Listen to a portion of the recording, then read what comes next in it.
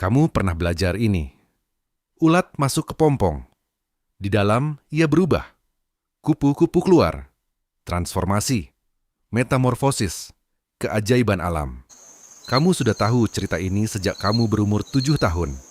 Yang tidak diajarkan kepadamu adalah apa yang sebenarnya terjadi di dalam. Karena yang terjadi di dalam kepompong bukan transformasi. Bukan perubahan bertahap dari satu bentuk ke bentuk lain. Yang terjadi adalah ini. Ulat itu mencerna dirinya sendiri.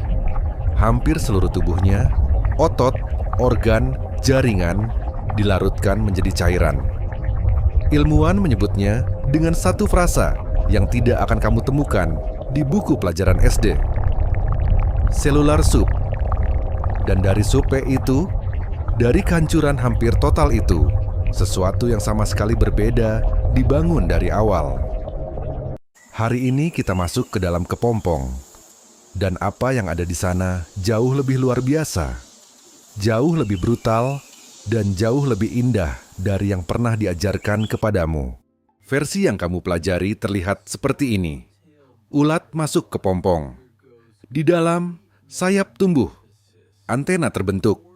Tubuh mereorganisasi dirinya. Kupu-kupu keluar. Versi ini tidak salah sepenuhnya. Tapi ia melewatkan satu detail yang mengubah seluruh cara kita memahami proses ini.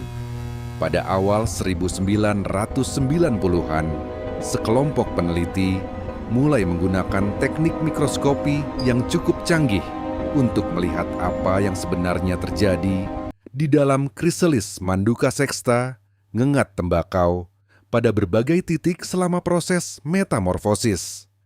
Apa yang mereka temukan memaksa mereka untuk menulis ulang deskripsi proses ini dari awal. Proses di dalam kepompong tidak dimulai dengan pembentukan. Ia dimulai dengan penghancuran. Dalam jam-jam pertama setelah ulat menutup dirinya, sistem imunnya melakukan sesuatu yang berlawanan dengan semua intuisi biologis. Ia mulai menyerang tubuhnya sendiri. Sel-sel imun yang biasanya melindungi organisme dari patogen luar mulai mencerna jaringan otot dari dalam. Organ-organ mulai larut. Sistem saraf sebagian besar dihancurkan. Dalam 24 hingga 48 jam pertama, seekor ulat yang tadinya fungsional, yang bisa bergerak, makan, merespons lingkungan, telah menjadi kantong cairan dengan beberapa struktur tersisa. Dari luar, kepompong terlihat seperti tempat tidur yang tenang. Di dalam, sedang terjadi kehancuran yang hampir total. Tapi ada sesuatu yang tidak hancur. Sebelum ulat memasuki krisalis, jauh sebelum proses penghancuran dimulai, sudah ada struktur-struktur kecil yang tersimpan di dalam tubuhnya sejak ia menetas dari telur. Struktur-struktur ini disebut imaginal discs. Kata imaginal berasal dari imago, istilah Latin untuk fase dewasa serangga.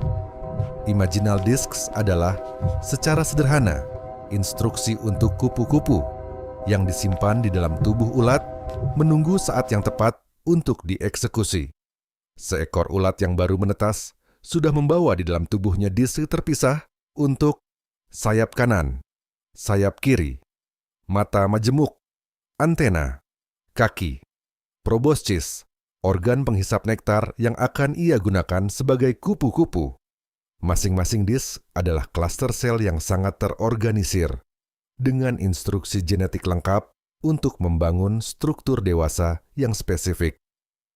Selama ulat hidup dan makan, kadang selama berminggu-minggu, disk-disk ini diam, tersimpan, tidak aktif.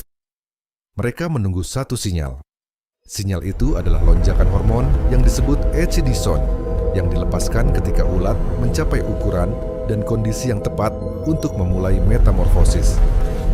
Echidisone adalah instruksi. Sekarang. Dan ketika sinyal itu datang, dua proses berlawanan berjalan bersamaan. Jaringan lama dihancurkan. Imaginal disc mulai membangun yang baru. Ini bukan transformasi bertahap. Ini adalah demolisi dan konstruksi yang terjadi secara bersamaan di dalam ruang yang sama menggunakan material dari bangunan yang sedang dihancurkan untuk membangun yang baru. Sel-sel dari otot ulat yang larut menjadi nutrisi, bahan bakar, dan bahan baku untuk imaginal discs yang sedang berkembang pesat. Ulat secara harfiah memakan dirinya sendiri untuk membangun penggantinya. Tapi ada pertanyaan yang lebih dalam dari semua ini. Jika hampir seluruh sistem saraf ulat hancur selama proses ini, jika neuron-neuron yang menyimpan pengalaman hidupnya sebagai ulat sebagian besar dilarutkan, apakah kupu-kupu yang keluar masih ingat sesuatu dari hidupnya sebagai ulat?